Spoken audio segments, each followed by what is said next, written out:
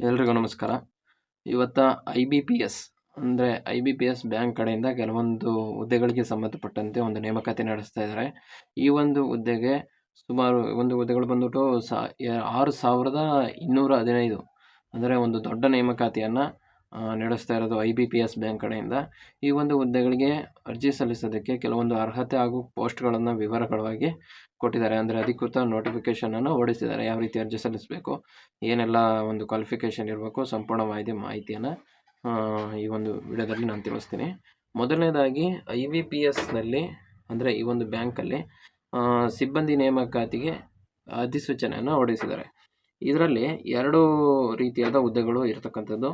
ಒಂದು ಪ್ರೊಫೆಷನರಿ officer AT ಅಂತ, ಇದು 5208 ಪೋಸ್ಟ್ಗಳು ಖಾಲಿಗಿರ್ತಕ್ಕಂಥದ್ದು.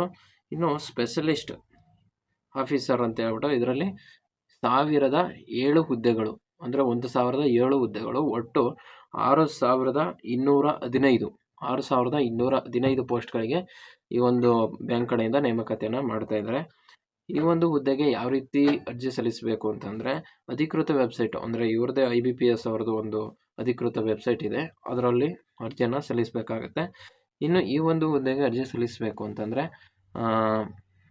ಯಾವುದೇ ಯೂನಿವರ್ಸಿಟಿಯಿಂದ ಯಾವುದೇ ಪದವಿಯನ್ನು ಪಡೆದಿರ್ತಕ್ಕಂಥ ಅಭ್ಯರ್ಥಿಗಳು, ಅಂದರೆ ಮಾಸ್ಟರ್ ಡಿಗ್ರಿನಾರು ಪಡೆದಿರ್ಬೋದು, ಮಾಮೂಲಿ ಡಿಗ್ರಿನಾರು ಪಡೆದಿರ್ಬೋದು, ಒಟ್ಟಿನಲ್ಲಿ ಒಂದು ಡಿಗ್ರಿಯನ್ನು ಅಂದರೆ ಪದವಿಯನ್ನು ಪಡೆದಿರ್ತಕ್ಕಂಥ ಅಭ್ಯರ್ಥಿಗಳು ಈ ಒಂದು ಹುದ್ದೆಗೆ ಅರ್ಜಿ ಸಲ್ಲಿಸೋದಕ್ಕೆ ಅರ್ಹರಾಗಿರ್ತಾರೆ.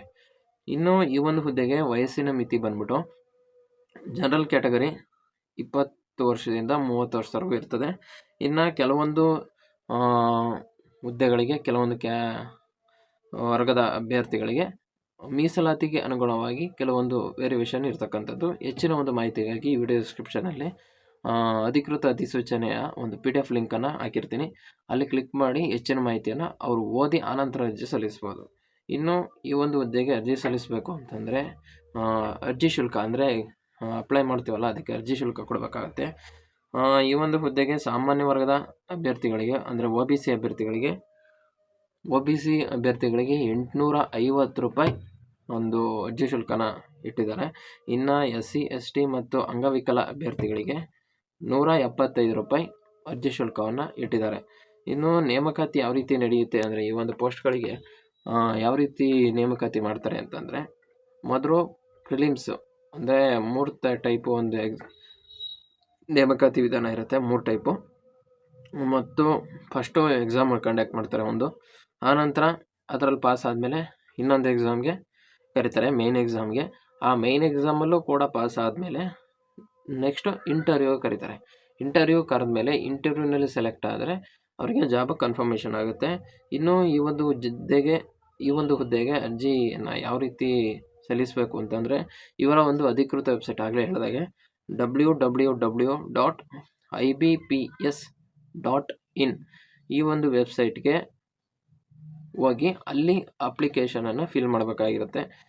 ಈ ಒಂದು ಹುದ್ದೆಗೆ ಅರ್ಜಿ ಸಲ್ಲಿಸಲು ಪ್ರಾರಂಭವಾಗುವ ದಿನಾಂಕ 1 ಜುಲೈ 2025.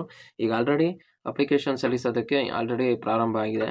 ಇನ್ನು ಅರ್ಜಿ ಸಲ್ಲಿಸೋದಕ್ಕೆ ಕೊನೆಯ ದಿನಾಂಕ ಬಂದ್ಬಿಟ್ಟು 27 ಜುಲೈ 2025, ಅಂದರೆ ಇದೇ ತಿಂಗಳು 27ರವರೆಗೂ ಅರ್ಜಿ ಸಲ್ಲಿಸೋದಕ್ಕೆ ಅವಕಾಶ ಇರುತ್ತೆ. ಈ ಒಂದು ಹುದ್ದೆಗೆ ಹೆಚ್ಚಿನ ಮಾಹಿತಿ ತಿಳ್ಕೋಬೇಕು ಅಂತಂದರೆ ಅಧಿಕೃತ ಅಧಿಸೂಚನೆ ಒಂದು PDF ಲಿಂಕನ್ನು ಈ ವಿಡಿಯೋ ಡಿಸ್ಕ್ರಿಪ್ಷನಲ್ಲಿ ಹಾಕಿರ್ತೀನಿ. ಅಲ್ಲಿ ಕ್ಲಿಕ್ ಮಾಡೋ ಮುಖಾಂತರ ಹೆಚ್ಚಿನ ಮಾಹಿತಿಯನ್ನು ಪಡೆದುಕೊಳ್ಬೋದು. ಇನ್ನೊಂದು ಮೇನ್ ಇಂಪಾರ್ಟೆಂಟ್ ಇನ್ಫಾರ್ಮೇಷನ್ ಅಂತಂದರೆ, ಯಾವುದೇ ಕಾರಣಕ್ಕೂ ನೀವು ಈ ಒಂದು PDF ಲಿಂಕನ್ನು ಕ್ಲಿಕ್ ಮಾಡಿ ಡೌನ್ಲೋಡ್ ಮಾಡಿ ಏನೇನು ಇನ್ಫಾರ್ಮೇಷನ್ ಕೊಟ್ಟಿದ್ದಾನೆ ಅನ್ನೋದನ್ನ ಪ್ರತಿಯೊಂದು ನೀವೇ ಒಂದ್ಸರಿ ಓದಿ ತಿಳ್ಕೊಂಡು ಆನಂತರ ಅಪ್ಲಿಕೇಶನನ್ನು ಸಬ್ಮಿಟ್ ಮಾಡೋದು ಬೆಟರು. ಯಾಕೆ ಅಂತಂದರೆ ಸುಮ್ಮನೆ ಆಮೇಲೆ ಯಾವ ರೀತಿ ಕಂಡಕ್ಟ್ ಆಗುತ್ತೆ ಮತ್ತು ಯಾವ ಡೇಟಲ್ಲಿ ರಿಲೀಸ್ ಮಾಡ್ತಾನೆ ಪ್ರತಿಯೊಂದು ಇನ್ಫಾರ್ಮೇಷನಲ್ಲಿ ಕ್ಲಿಯರ್ ಆಗಿ ಕೊಟ್ಟಿರ್ತಾನೆ. ಮತ್ತು ಯಾವ ರೀತಿ ಅರ್ಜಿ ಸಲ್ಲಿಸಬೇಕು ಅನ್ನೋದು ಕೂಡ ಅದರಲ್ಲೇ ಮೆನ್ಷನ್ ಮಾಡಿರ್ತಾನೆ. ಹಾಗಾಗಿ ಈ ಒಂದು PDF ಲಿಂಕನ್ನು ಕ್ಲಿಕ್ ಮಾಡಿ ಓದಿ ಆನಂತರ ಅರ್ಜಿ ಸಲ್ಲಿಸೋದು ಬೆಟರ್. ಈ ಒಂದು ಮಾಹಿತಿ ನಿಮಗೆ ಇಷ್ಟ ಆಗಿತ್ತು ಅಂತ ಅಂದ್ಕೋತೀನಿ. ಇದೇ ಥರ ಮತ್ತೆ ಹೆಚ್ಚಿನ ಮಾಹಿತಿಯನ್ನು ನಾನು ನಿಮಗೆ ಮುಂದೆ ತರ್ತಾ ಇರ್ತೀನಿ. ಹಾಗಾಗಿ ನಮ್ಮ ಚಾನಲ್ಗೆ ಸಬ್ಸ್ಕ್ರೈಬ್ ಆಗಿ, ಮರೆಯದೆ ಈ ಚಾನಲ್ ಸಬ್ಸ್ಕ್ರೈಬ್ ಮಾಡಿ ಹಾಗೂ ಈ ವಿಡಿಯೋನ ಎಲ್ಲ ಕಡೆ ಶೇರ್ ಮಾಡಿ. ನಮಸ್ಕಾರ.